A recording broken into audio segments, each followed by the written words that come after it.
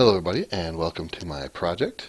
It is The Joy of Functional Game Dev with Ernest Pizzera. That's me.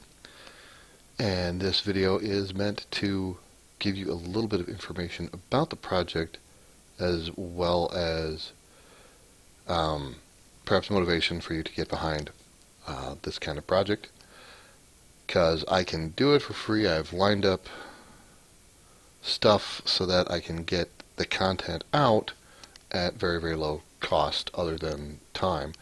But as with all things, it could be better if funded. And so that's what I'm here to talk to you about. So the joy of functional game dev. The purpose of the project, it is for me as well as the viewer to learn a new paradigm, and that paradigm is functional programming. Functional programming has, if you go on YouTube, look up F# or functional programming or Haskell or any of the other things, the other functional programming languages, there's a lot of content there, and there's a lot of interest in it, and that's what led me to that. But the thing is like most developers, I'm an imperative programmer. I code every day in C# for the web, and while that's all fine, and I make a good living for myself doing that. What I don't have is the functional perspective. And as you're watching these videos, you'll see just how very different it is. Another purpose is building skill for myself in F#, and then the best way to learn something is to teach, is one of the things I found. And then also, I haven't used too much in monogame, but I would like to do that, and because I like making games. Having fun. Games are supposed to be fun, and it's a thing. It's a great way to learn things. So why functional? I mentioned before, there's plenty of content on functional programming. But what I've found is there's some difference in terminology in what the functional programmers use versus what the imperative programmers use, and a lot of the terms do have sort of equivalence, sometimes not, but usually you can take what you know in imperative programming and you can apply it to functional programming. But very often it's when you're starting to learn, the guys who have been functionally programming for a while just say, hey, go look at this code here, and learned on your own. And I respect that. That's a lot of a way that many people learn, but it's a very, very intimidating thing. And so it is my desire to ease the transition by kind of saying, hey, here's a guy who remembers doing imperative programming because he does it every day, and he's doing functional programming, and I've been doing it for a month and a half now, and there are parts I still struggle with because, again, I think imperatively a lot, but I'm learning to think functionally, and that brings me to point two, because learning how to think differently is good, because we can solve a wide array of problems with imperative programming. We can solve pretty much any software problem with imperative programming. We can solve those same problems with functional programming. And having two ways of attacking a problem is better than only having one way. Consider this. If you have to fix something around your house and all you have is a hammer, then you will fix it with a hammer. If all you have is a wrench, then you will fix it with a wrench. If you have a hammer and a wrench, then you will use a hammer sometimes and will use a wrench sometimes. And what I found also is I want to do this for personal growth reasons, because it relates to learning to think differently. I believe that it really does add value to me to be able to think functionally. And then the final one, and this is a more welcome to the ivory tower kind of reason: impress and intimidate your friends with terms like discriminated union, monad, idiomatic, composition, and currying. This is really goes back to the first point. The imperative to functional gap is like, you start looking at this like, what's a monad? What's currying? What's this stuff? And it both attracts you, but then a lot of the content really does present it pretty well, but other times it's like you want it simplified down to what something really does. And then why game dev? And I'll just read this one. Learning happens best when one does not know one is learning. For example, it's why people play catch. You learn to catch really well by catching. You don't realize you're learning how to catch, but you are, and you're having fun. And then, second point, when doing something fun, one does not know one is learning. Okay, great. So let's do that. Making games is fun, and you see exactly where I'm leading you to. And also, when I was 13, my dad bought us a computer. It was a TRS-80 color computer too, and there was a port where you could put cartridges in. And I asked him, "Hey, Dad, what kind of games are we going to get?"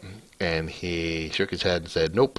And he handed me a book on how to program the thing in line number basic.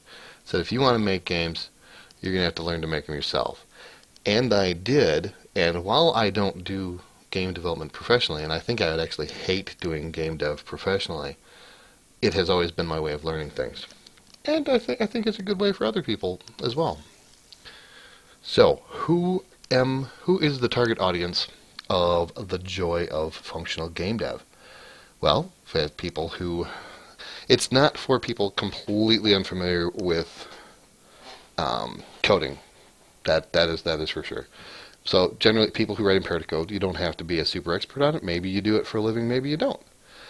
Also, I'm a person with real life commitments. I have children, I have a house, I have a job, I have these things. I kind of expect you have limited time, I have limited time. So we're going to make the most out of it. For people who would like to develop games as a hobby, because it has enriched my life in many ways, and I think it would enrich your life as well. People who want to learn functional programming, and who have been intimidated by the lack of shallow, and the shallow end again, talking to the imperative to functional gap. And this next one, crossed out deliberately. People who want to break into the game industry, I can't help you with that. I don't want to. I used to want to. I don't want to. I just would like to do this because it's fun. Next point, people who don't mind an imperfect teacher. Let me tell you how imperfect I am. Well, no, you'll find out. Listen long enough, you'll see. And then this one is more the inspiration, like people who have a vision in their heart, what they would like to see on their screen. But also tempered by, you can take what you currently know and stretch it a little bit, but you can't always take a little bit that you know and stretch it into this huge thing. It takes time. You have to practice. Becoming good at functional programming and becoming good at game dev, you've got to put the time in. 10,000 hours to become an expert at something, right? All right. So I've got some inspirations, and in no particular order.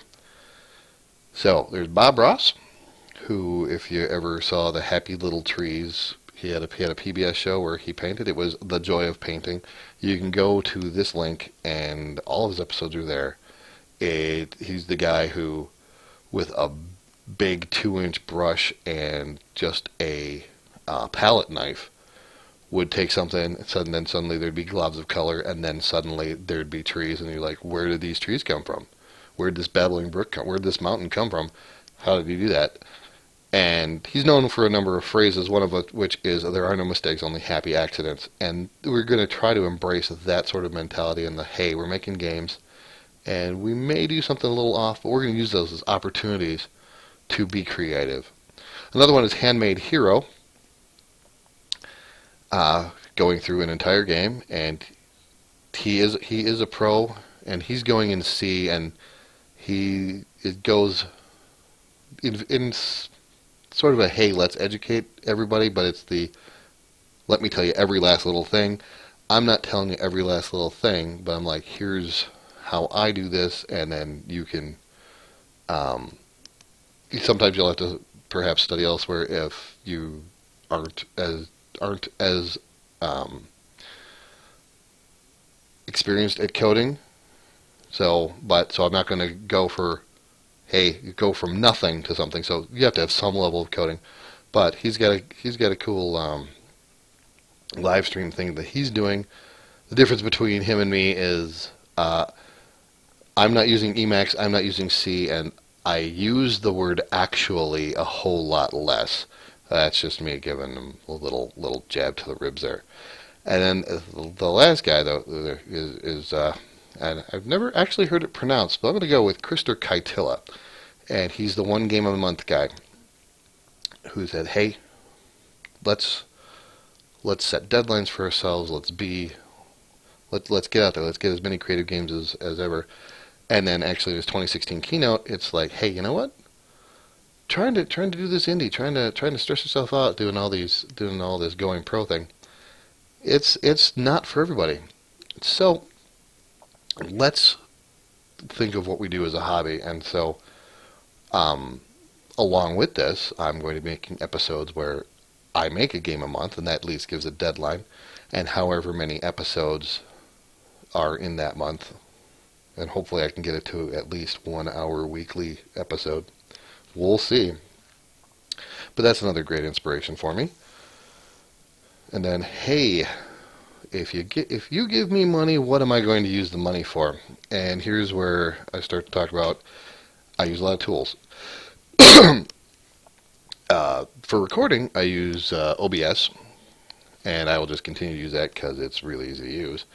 But there are all these other things. I use GitHub, WordPress, Paint.net, Inkscape, and Trello.